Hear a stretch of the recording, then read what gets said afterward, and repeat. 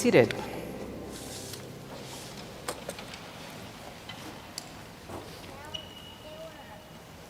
Blessed are you who are hungry now, for you will be filled. Yesterday, funding for the Supplemental Nutrition Assistance Program expired for the first time since 1964.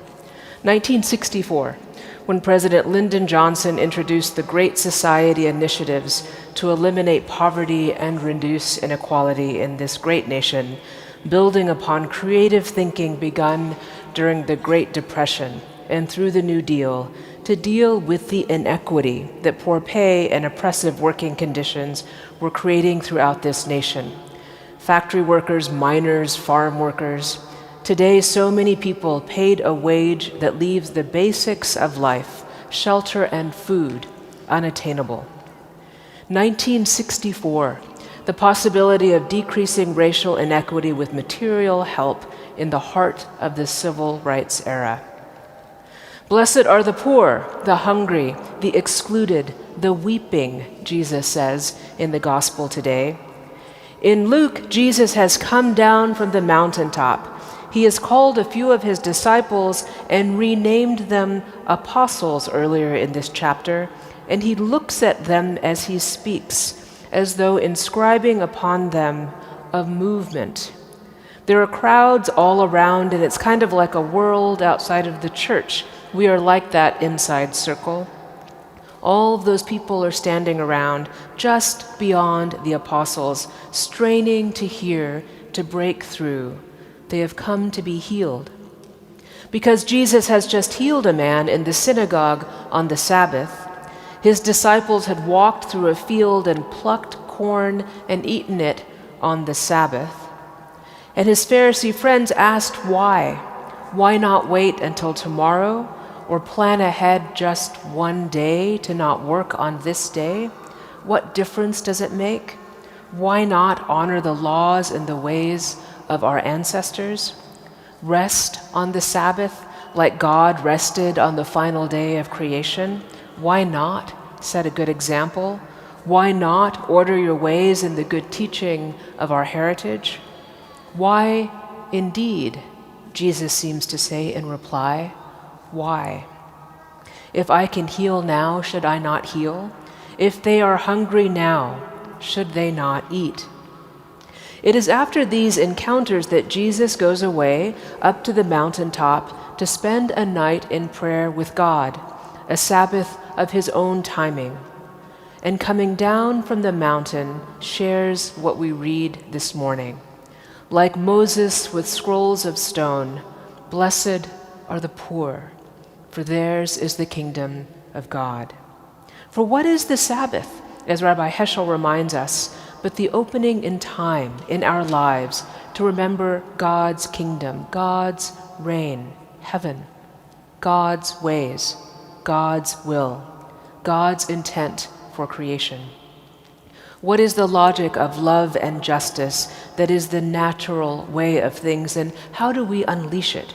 To care for one another, to bind up the wounded, to care.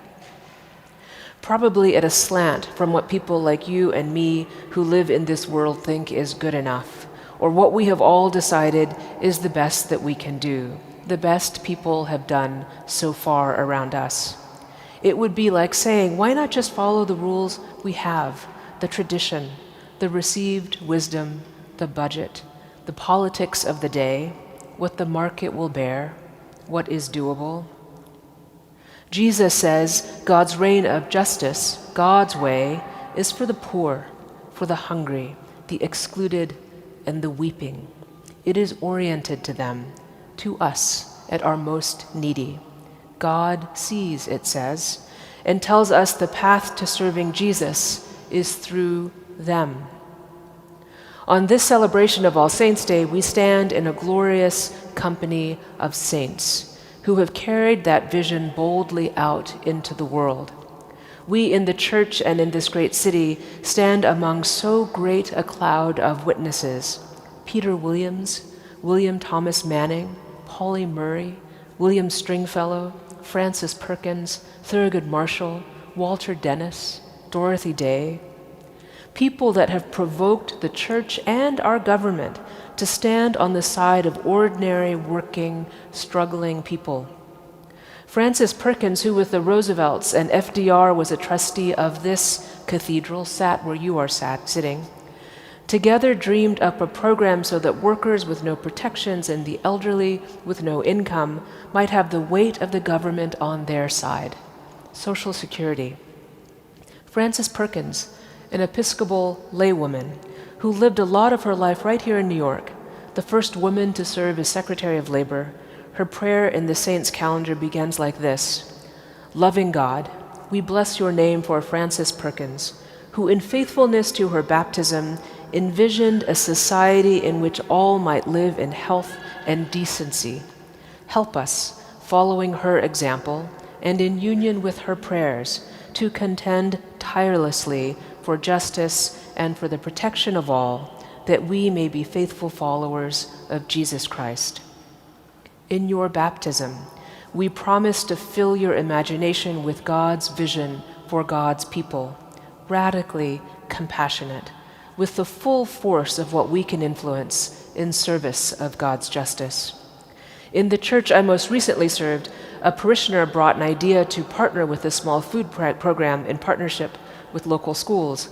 And like here at the cathedral, we had an excellent project on site that was very good at helping people who were unhoused with housing and stability and food and all of their needs. We fed every single day. She asked us to consider this small addition. We would pick up a delivery of food that was about to expire or had, shelf-stable, put it in small bags, and in coordination with one of our local elementary schools, and the one we found was a Title I school, which meant that every child, all of them, qualified for free lunch, which meant that these were kids that might not have had much to eat except what they had at school. This bag was for some food over the weekend, and it was not organic or leafy or high protein or even low sugar. So I asked their founder and president why he did this and why getting the most food was always his priority.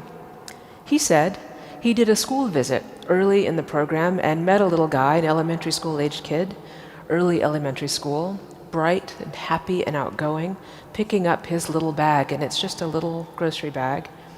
And the principal asked him why he liked the program. And he said, "Before the program, I ate on Saturday, and my brother ate on Sunday, and now we both get to eat on Saturday and Sunday." And he skipped off. A walk from our church, kids for whom it made sense to miss food for a day so their sibling could also eat. So friends, we don't have to be perfect. We will not get everything right. Our response will inevitably irritate some people, but we should always respond. We should learn to care for others more than we care for ourselves or our reputations or our righteousness, our institutions, our comfort with what the rules have been, our experience of failure in the past. How long do those little eyes stay bright? When does he realize his hunger is our nation's choice? So if you can help with our little campaign to help our neighbors, please do, and we know it's not a solution. We are in a time again, like the times that necessitated the New Deal and the Great Society. And those visions came from people like us, literally sitting where you sit today, with a vision and will great enough for the nation. You know, it is easier to fall into despair or cynicism, and I know I'm like that. And it is very easy to be hurt by the cruelty of these times. And so on All Saints' Day, we recall our ancestors, the ones who knew food insecurity, the ones who helped, the ones who prayed and worked for a better way and never saw change in their lifetime, but whose dreams make us. The ones who believed the church and the government could put a heavy thumb on the scale to support the poor and the hungry and the weeping, literally gathering our resources to share. The ones who steal away to an isolated place and listen for the voice of God and call us all to righteousness. Our governor said on Monday that she was raised in a social justice Catholic. The concerns of the world are the concerns of the church, she was telling us. May these little ones and these adults claim in their baptism throughout their lives as the beginning of a life lived in faithfulness to our merciful God, who loves the sinner, comforts the sorrowful, and commands his disciples who come to him reporting a hungry crowd to feed them.